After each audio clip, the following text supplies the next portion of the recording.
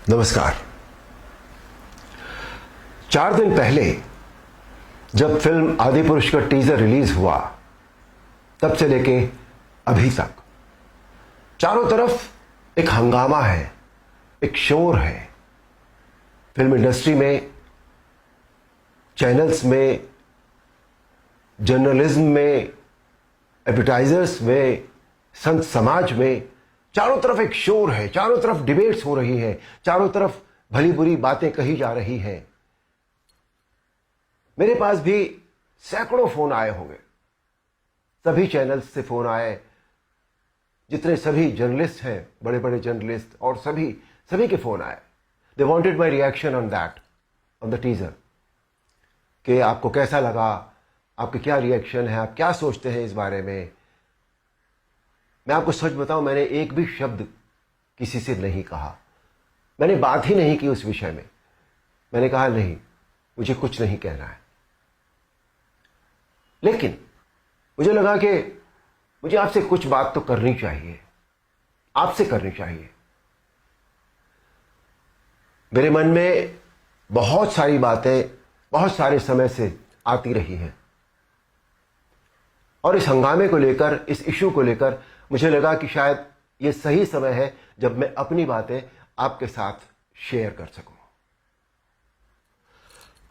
दोस्तों, ध्यान से सुनिएगा।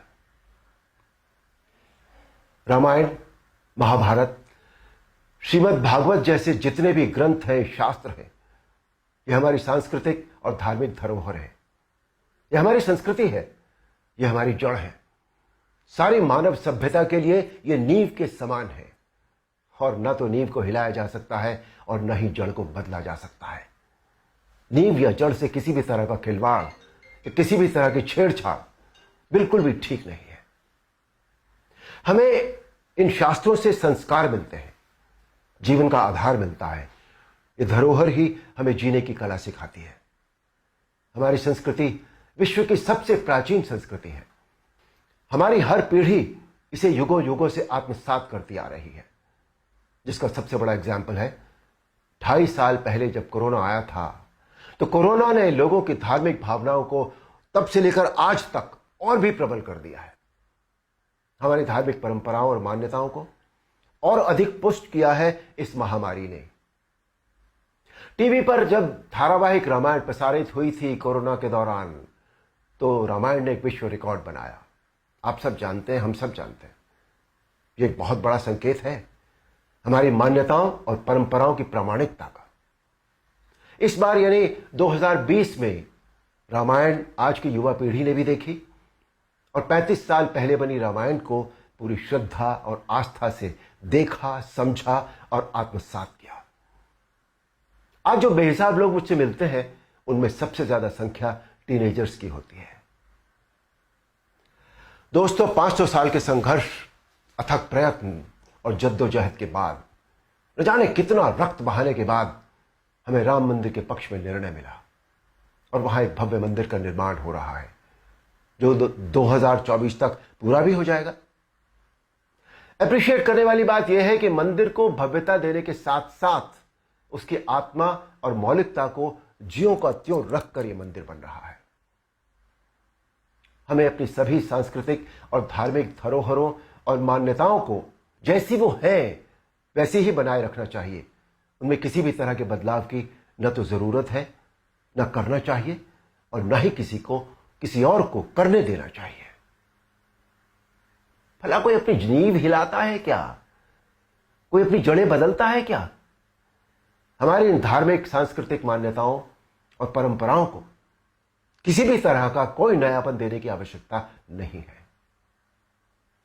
देखिए, मेरा प्रयास और कर्म तो यही है कि मैं इस जनरेशन को और अगली पीढ़ी को भी वही सिखाऊं, वही बताऊं, वही दिखाऊं जो वास्तव में सत्य है, शाश्वत है और सनातन है। एक बात और सोचने वाली है, किसी और धर्म की परंपरा या मान्यता में जब किसी भी प्रकार का बदलाव या नयापन नहीं किया जाता, तो हमारी सनातन धर्म की मान्यताओं, परंपराओं के साथ छेड़छाड़ आखिर क्यों? आजकल एक चलन सा बनता जा रहा है कि सनातन धर्म का मजाक बनाओ। देवी देवताओं के ऑब्जेक्शनेबल पोस्टर बनाओ, अभद्र भाषा में बोलता हुआ दिखाओ।